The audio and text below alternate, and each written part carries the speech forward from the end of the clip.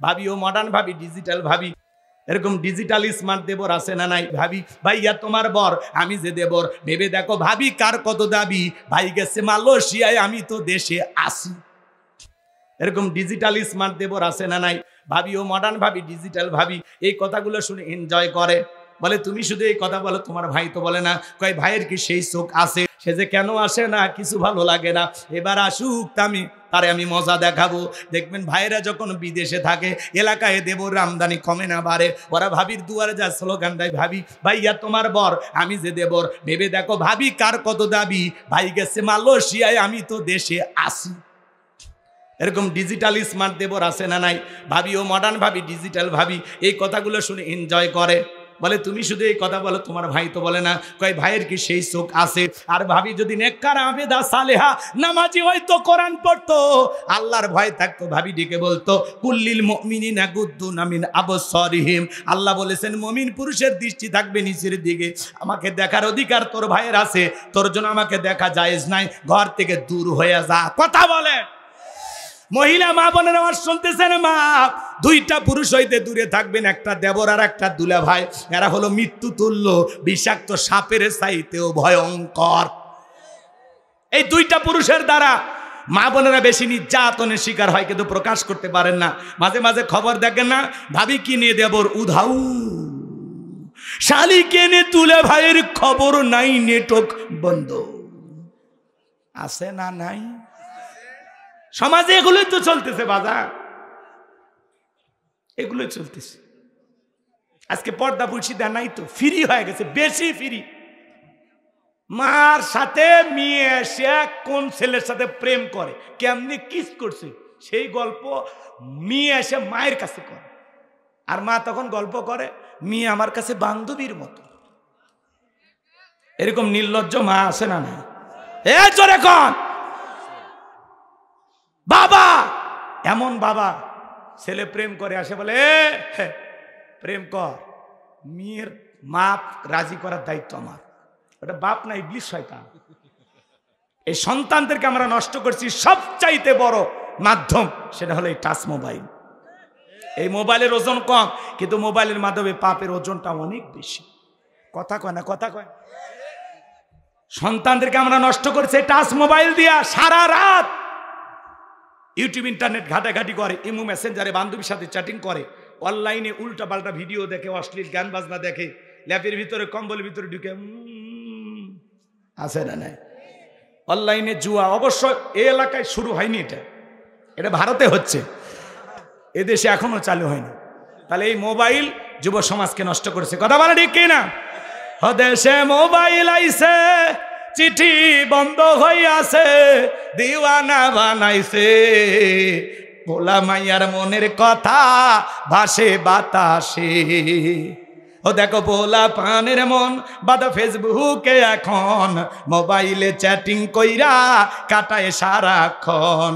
এই মোবাইল পাইয়া দেখো মদনের মাইয়া কি কাণ্ড ঘটাইছে, স্বামী সংসার রাইখা নাকি পলাইয়া গেছে, স্বামীর সন্তান রাইখা নাকি পলাইয়া গেছে। আছে না না? যে নারী 2 বাচ্চা 4 বাচ্চা সন্তান রাইকা, স্বামী রাইকা পর পুরুষের হাত ধরে পালিয়ে যায়, ওটা নারী না, ওটা নারী জাতির কলঙ্ক, ওটা পাশানি ডাইনি কালনাগিনী বিশ্বাসঘাতক নারী।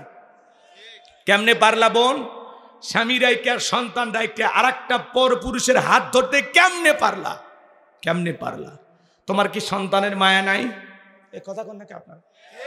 আজকে সমাজে এগুলো চলতেছে না? 2 বাচ্চার মা 4 বাচ্চার মা বিবাহের দাবিতে বাড়ি হলো দিনাজপুর, চলে আসছে বগুড়া। মা তুমি এই জায়গায় কেন? বলে এই গ্রামের বল্টু কি করছে? কয় মোবাইলে আমার সাথে প্রেম করছে। আমরা একাধিকবার স্বামী স্ত্রীর মতো হোটেলে, আর বললাম না, বাকিটা বুঝে নেন। এখন কি মানে আগের স্বামীকে ডিভোর্স দিছি, 2টা বাচ্চা আছে, বাড়িতে রেখে আসছি। এখন বল্টু যদি বিয়ে করে ভালো, না হলে আমি আত্মহত্যা করে মারা যাবো। তো মরিয়া যাওয়াই উচিত। এই কথা বলে ও মা ও বোন, কেমনে পারো নিজেকে এত সস্তা বানাইতে? তুমি না ফাতিমার উত্তরসূরি, তুমি না খাদিজার উত্তরসূরি। ও মা, তোমার না অনেক দাম, নিজেকে পর্দায় রাখো মা, প্যাকেটে রাখো। আল্লাহর দেওয়া বিধান বৃদ্ধাঙ্গুলি দেখায় না। যত বেপর্দায় চলবা, তত সমাজের চোখে তুমি লাঞ্ছিত হবা। পর্দাশীল নারীর উপরে আল্লাহ রহমত নাজিল হয়। নারীদের জন্য পর্দা করা ফরজ। অকরনা ফি বুয়ুতিকুন্না ওয়ালা তাবাররুজনা তাবাররুজাল জাহিলিয়াতিল উলা, নারীরা তোমরা ঘরের ভিতর অবস্থান করো, খবরদার জাহিলিয়াতের যুগের মেয়েদের মতো নোংরা অশ্লীল পোশাক পরে নিজের দেহকে প্রদর্শন করো না। ও মা, তুমি সম্ভ্রান্ত ভদ্র ফ্যামিলির মেয়ে, কেমনে বোরকা ছাড়া বাইরে যাও? বোরকা পরো, ঢিলাঢালা বোরকা পরো, হাত মুজে পা মুজে লাগায় রাস্তা দিয়ে হেঁটে যাও, মনের অজান্তে শ্রদ্ধা সম্মানে মাথাটা নত হয়ে আসবে। নারীর মূল আকর্ষণ হলো পর্দা। পর্দাতেই নারীকে সুন্দর দেখায়। পর্দা হলো নারীর মর্যাদা বৃদ্ধি করে। সুবহানাল্লাহ বলেন। রাগ করেন? তাহলে মা বোনেরা হেজাব পর্দার দরকার আছে না নাই? মা বোনদের 4টে আমলে 8টা জান্নাতের দরজা খোলা। 5 ওয়াক্ত নামাজ, রমজান মাসে রোজা, 3 নাম্বার হলো ফরজ পর্দা, 4 নাম্বার হলো স্বামীর খেদমত। এই 4টে আমল, আমল কম দাম বেশি, 4টে আমল সঠিকভাবে করলে 8টা জান্নাতের দরজা মা বোনদের জন্য খোলা। বলুন সুবহানাল্লাহ। এই 4টির একটিরও কমতি থাকা যাবে না। ও মা, নিজেকে এত সস্তা বানায়। একটা ছেলে মিষ্টি মিষ্টি কথা বললো, স্বামী আছে, তারপরে ওই ছেলের সাথে কিভাবে সম্ভব? মা, তোমার কি দাম নাই? মা কথা কয় না কেন? কোন সে মহিলা? ঠিকানা দেবো, যাবেন নাকি? ভালো করে বোঝেন, কোন সে মহিলা মানে ওটা তো মহিলাই না, ওটা হলো সমাজের ভাইরাস। কথা কান শোনেন, সব কি মেয়ের দোষ? পুরুষের দোষ নাই? এক হাতে তালি বাজায় ছেলে। শোন যুবক, তোমাকেই বলছি, তোমার স্ত্রীর সাথে যদি কেউ পরকীয়া প্রেম করে মাইনে নিবা। এরকম কথা কয় না, ভালোবাসা শেয়ার করবা নাকি? তাহলে জোরে বলো না কেন? তোমার স্ত্রীর সাথে যদি কেউ পরকীয়া প্রেম করে মাইনে নিবা। তোমার বোনের সাথে, মায়ের সাথে, খালার সাথে, ফুপুর সাথে মানবা না তো? মানবা না তো? তাহলে তুমি যেই নারীর সাথে পরকীয়া প্রেম করো, যেই নারীর সাথে অবৈধ সম্পর্কে তুমি আবদ্ধ হয়েছ, যেই নারীর সাথে এই নোংরামিটা করো, মনে রাখবা ওই নারীও কারো না কারো স্ত্রী, কারো না কারো মা, কারো না কারো বোন, কারো না কারো ফুফু, কারো না কারো খালা। এই ছেলে যুবক, তুমি কেমনে পারলা? বলো, তুমি কেমনে পারলা? একটা নারীর স্বামী আছে, সন্তান আছে, ওই নারীর দিকে নজরটা দিতে তুমি কেমনে পারলা? দুনিয়া থেকে নারীর অভাব আছে? কত স্বামী পরিত্যক্তা মহিলা আছে, 2-3টা বাচ্চা কাচ্চা। যাও না, ওই বিধবা মহিলাকে বিয়ে করো, আল্লাহ খুশি হবে। যাও। কত গরিব অসহায় দরিদ্র ফ্যামিলিতে মেয়ে তার বিবাহ দিতে পারতেছে না, যা না যুবক, যা বিয়ে কর। তা করবা না?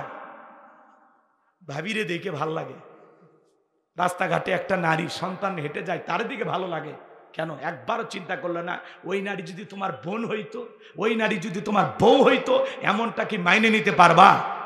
তাহলে যুবক, তোদের পা দুটো আগায় দে না সোনা ভাই, পা দুটো আমি ধরে বলতেছি, আজ থেকে সিদ্ধান্ত নাও, কোনো ধরনের অবৈধ প্রেম ভালোবাসা করা যাবে না। বিয়ের আগে কোনো ধরনের হারাম সম্পর্কে জড়ানো যাবে না, যাবে না। কোন কোন যুবক হাত তুলে দেখাও, হাত তুলে দেখাও। আল্লাহ যুবকদের হেদায়েত দান করুন, জোরে বলুন আমিন। মা বোন যারা আছেন, মা প্যান্ডেলে হাত তুলে শপথ নেন, স্বামী ছাড়া অন্য কোনো পুরুষের দিকে তাকাবেন না। আল্লাহ হেদায়েত দান করুন, একটু জোরে বলেন আমিন। ওদেশে টিকটক আসিয়া সব গেল ভাসিয়া, সিদ্দিক সোরা নায়ক হইছে আইডি খুলিয়া, হিরো আলম নায়ক হইছে আইডি খুলিয়া। এই মোবাইলে হাই কি জাদু আছে ভাই, পোলা পান বুঝাছে, পড়ালেখা তুইলা রাখছে সপ্তম আকাশে। এখন আর পড়াশোনা নাই, সব পড়াশোনা আসমানে। কথা কোন ঠিক কিনা? আল্লাহ যেন যুবকদের হেদায়েত দান করেন, জোরে বলুন আমিন। ওয়ালিদ বিন মুগিরার মা বলতেছে, বাবা কি সমস্যা?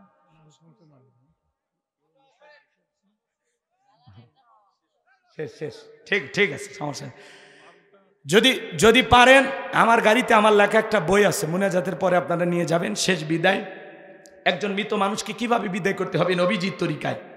মৃত ব্যক্তিকে চুমা খাওয়া জায়েজ না হারাম? স্বামী স্ত্রী মারা গেলে একে অপরকে গোসল করাইতে পারবে কিনা? মৃত ব্যক্তি সম্পর্কে অনেক প্রশ্ন আপনাদের মনের মধ্যে আছে, বইটার ভিতরে উত্তর পাইয়ে যাবেন ইনশাল্লাহ। মা বোনেরা সংগ্রহ করতে পারেন। আত্মহত্যা করে মারা গেলে তারা জানাজায় যাওয়া যাবে কিনা? জান্নাত জাহান্নাম আখিরাত সম্পর্কে, কবরে সলজব সহ অনেকগুলো গুরুত্বপূর্ণ প্রত্যেকটা কথার দলিল দিয়ে আছে। যদি পারেন বিশেষ দোয়া সহ 2টা গজল সহ আমার মাদ্রাসার ঠিকানা মোবাইল নাম্বার সব বইটার ভিতরে দেওয়া আছে, ড্রাইভারের কাছে গেলে 50 টাকা হাদিয়া দিয়া সংগ্রহ করবেন, আল্লাহ কবুল করুন। যুবকেরা তো এগুলো কেনে না, ওরা কেনে উপন্যাস, প্রেম কেন কাদায়, যৌবনের মৌবনে অভিশাপ্ত রাত মিলন হবে কতদিনে, এরকম আজে বাজে উপন্যাস কিনলে চরিত্র ধ্বংস হয়। আল্লাহ যেন যুবকদের হেদায়েত দান করেন, জোরে বলুন আমি। এখনই আমরা মোনাজাতের দিকে যাব। শোনেন 1 মিনিটে ওলীদ বিন মুগীরার মা তখন রাজি পুরো ঘটনাটা স্বীকার করলো, বলল বাবা তোর চাচা দিতে ভালোবাসা বিনিময় করেছিলাম, তার ফলে তোর জন্ম হয়েছে, এই জন্য মনে রাখবেন নবীকে গালি দিবে যারা, অবৈধ যারও সন্তান তারা, ওদের জন্মের ঠিক নাই, কথা বলেন ঠিক না? ওরা একটা বাস্টার্ড। ভারতের যেই কুলাঙ্গার গালি দিয়েছে ওইটাও বাস্টার্ড, বাংলাদেশে মাঝে মাঝে যেই কুলাঙ্গারে গালি দেয় ওরাও বাস্টার্ড, কথা বলেন ঠিক কিনা? তুমি আমারে গালি দাও মাইনে নেব, আমার বাপকে গালি দাও মাইনে নেব, আমার দলকে গালি দাও মাইনে নেব, কিন্তু বিশ্বনবী বলেন আমাদের কলিজার টুকরা নবী বলেন আমাদের কলিজার টুকরা। নবীকে গালি দিবে যারা, ওই নাস্তিক বেঈমানকে ধইরা আর বুকের উপরে চইরা জিহ্বা টান দিয়ে ছিঁড়ে কুকুরকে খাওয়ায় দেব। নবীজির অপমান মেনে নেওয়া হবে না। নবীর জন্য কারা কারা জীবন দিতে প্রস্তুত, হাত তুলে দেখা। লিল্লাহি তাকবীর। বিশ্ব নবীর অপমান সইবে না রে মুসলমান, হাত নামান। আরো 3টা কথা বলা হলো না, 4টা সুন্নত বলা গেল না, 12টা পার হয়ে গেছে। আমাদের গণ্যমান্য অতিথি বৃন্দরা এসেছেন, সম্মানিত সভাপতি আমাদের এসেছেন, সাবেক আপনাদের এমপি ছিলেন, তারা এসেছেন, একটু কথা বলবেন, এরপরে ইনশাল্লাহ আমরা মুনাজাত করব। সবাই একটু বসেন ভাই, বসেন। এই ভাই, শেষ ভালো যার সব ভালো, একটু বসেন, খুব দ্রুত মাইক দেন। বেশি কথা বলবো না। আমি উপজেলা বিএনপির তরফ থেকে এসেছি, আমার প্রধান অতিথি মহোদয় উনি ঢাকা জরুরি কাজের জন্য আসতে পারেনি। গোলাম রাব্বানী ভাই আপনাদের কাছে সুন্দর সুন্দর হাদিস এবং কোরআন থেকে বক্তব্য রাখছে। এই কোরআন ও হাদিস থেকে যে বক্তব্যগুলো দিল সেগুলো অনুসরণ করে পথ চলবো। পাশাপাশি আমরা বিগত 16টি বছর এইরকম গোলাম রাব্বানী ভাইদের কাছ থেকে কিন্তু স্বাধীনভাবে কথা শুনতে পারি, কারণ হাসিবাদী সরকার একটা আমাদের রাষ্ট্রটাকে হিন্দুত্ববাদী কায়েম করার জন্য উঠে পড়ে লেগেছিল পার্শ্ববর্তী দেশ ভারতের ইন্ধনে। তাই গোলাম রাব্বানী ভাইদের কাছ থেকে আমরা এরকম সুমিষ্টি কথা শুনতে পারিনি। আগামীতে আমরা যেন আরো এরকম সুন্দর সুন্দর কথা বলতে পারি, এই জন্য আমরা সবার ঐক্যবদ্ধ থেকে দেশে যেন আর ফ্যাসিলিটি কোনো সরকার যাওয়ার মনে নাই, এই বলে আমার বক্তব্য শেষ করছি। সবাইকে ধন্যবাদ। আসসালামু আলাইকুম। অসংখ্য ধন্যবাদ জানাচ্ছি ভাইকে। সবাইকে উপস্থিত আসলে সবাই নেই, সাবেক সংসদ সদস্য আজকের এই 22তম তাফসীর মাহফিলের সম্মানিত সভাপতি, আমাদের প্রিয় ব্যক্তি শ্রদ্ধেয় হযরত মাওলানা আলহাজ শাহাদাতুজ্জামান, সাবেক সংসদ সদস্য 37 বগুড়া 2 শেখগঞ্জ সভাপতি পদে বলবেন, তারপরে মনোনীতের মাধ্যমে ইনশাআল্লাহ শেষ হবে আমাদের তাফসীর মাহফিল। আসসালামু আলাইকুম ওয়া রাহমাতুল্লাহি ওয়া বারাকাতুহু। নাহমাদুহু ওয়া নুসাল্লি ওয়া নুসাল্লিমু আলা রাসূলিল কারীম। আম্মা বা'দ। আমি আপনাদের সামনে বেশি কথা বলবো না। আপনারা কেমন আছেন? আলহামদুলিল্লাহ। আজকে সাগরমা পশ্চিমপাড়া ঈদগাহ ইসলাম উদ্যোগে এই সভা, আমার মতো এক নালায়েককে আপনারা সভাপতি করেছেন, এজন্য আল্লাহর শুকরিয়া আলহামদুলিল্লাহ, এবং আপনাদের শুকরিয়া, ধন্যবাদ। কর্তৃপক্ষকে ধন্যবাদ, আজকের বিশেষ করে প্রধান অতিথিকে ধন্যবাদ, এবং আজকের প্রধান বক্তা আমাদের হযরত মাওলানা গোলাম রাব্বানী যুক্তিবাদী সাহেব, উনি তো একদম সুন্দরভাবে কথা বলতেছেন, একটা মানুষ নড়াচড়া করেনি। আলহামদুলিল্লাহ। আপনারা বসেছিলেন, আমিও এতক্ষণ অন্য একটা সভাতে ছিলাম, আর 4টে অধিবেশনে আমি গিয়েছি। আলহামদুলিল্লাহ। তো আমি মনে করছিলাম কিছুক্ষণ থেকে আপনাদেরকে সালাম দিয়ে চলে যাব। তো আপনাদের সাথে আমি এতক্ষণ বসেছিলাম, এবং দ্বিতীয় বক্তা, অন্যান্য বক্তা আজকে বেশ করে